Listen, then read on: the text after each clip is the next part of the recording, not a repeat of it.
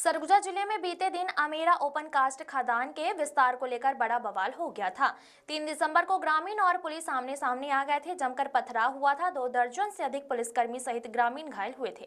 सरगुजा के नए कलेक्टर अजीत बसंत ने अमेरा ओपन कास्ट खदान के विस्तार को लेकर बड़ी बात कही है।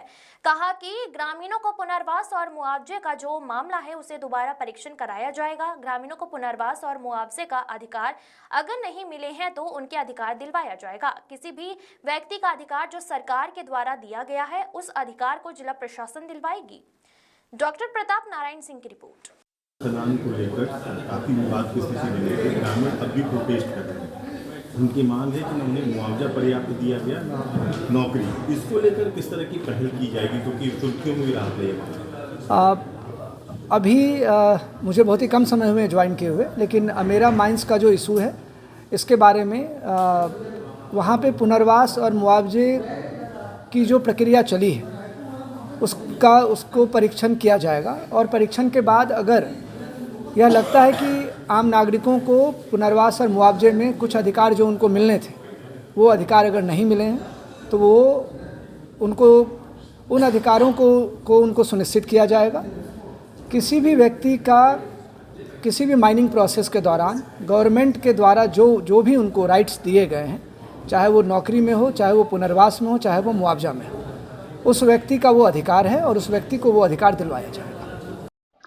इस वक्त हमारे साथ डॉक्टर प्रताप नारायण सिंह जी जुड़ चुके हैं। जी डॉक्टर प्रताप नारायण सिंह जी, बताइए कि सरगुजा से क्या कुछ बड़ी खबर सामने आ रही है?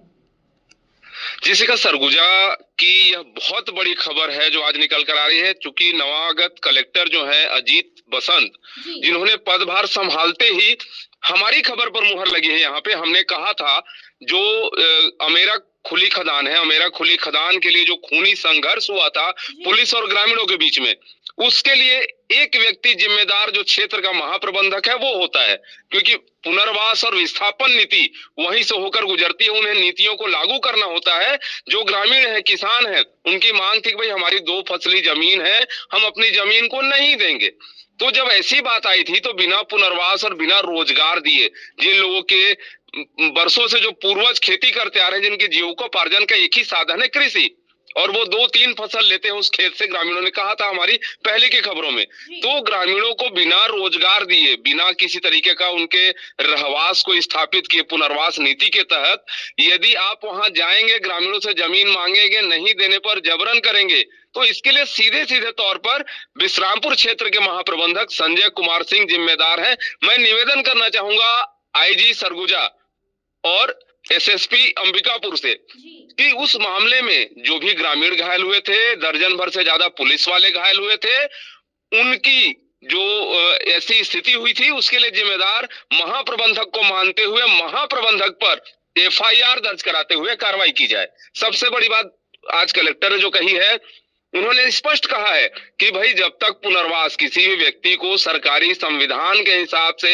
यदि हम पुनर्वास नहीं करते हैं, उनको घर रहने के लिए नहीं देते हैं, तो भला उनका घर क्यों तोड़ेंगे? उनके जीविकोपार्जन के लिए उनकी जमीन हम ले रहे हैं, अधिग्रहित कर रहे हैं, और बदले में यदि पुनर्वास नीति के तहत हम उनको मुआवजा और नौकरी नहीं देते हैं तो किस अधिकार से हम उनकी जमीन को छीनेंगे? सबसे बड़ी बात कोल बेरिंग एक्ट की होती है। कोल बेरिंग एक्ट के तहत वहां शिविर लगाकर ग्राम सभा करते हुए सबकी सहमति से उन्हें रोजगार और मुआवजा देना होता है ग्रामीणों को, किसानों को। और छत्तीसगढ़ में वर्तमान में जो किसान हितैषी सरकार है, जिसने धान की कीमत 31 रुपए प्रति एकड़ 21 क्विंटल लेने का लक्ष्य रखा है, तो किसानों के अधिकार की यह बात है। वहां पे राजनीति करने की जरूरत नहीं है। जो संविधान के दायरे में है, कलेक्टर ने कहा है, उसके अनुसार ग्रामीणों को, किसानों को उनका अधिकार मिलना चाहिए, तब वहां पे खदान खुलनी चाहिए। अर्थात हमने भी यही कहा था। और बिना अधिकार उनको दिए, बिना उनका पुनर्वास किए, बिना उनको रोजगार दिए, आखिर जमीन कैसे छीनी जा रही थी कि ग्रामीण और पुलिस के जवान दोनों घायल हुए थे।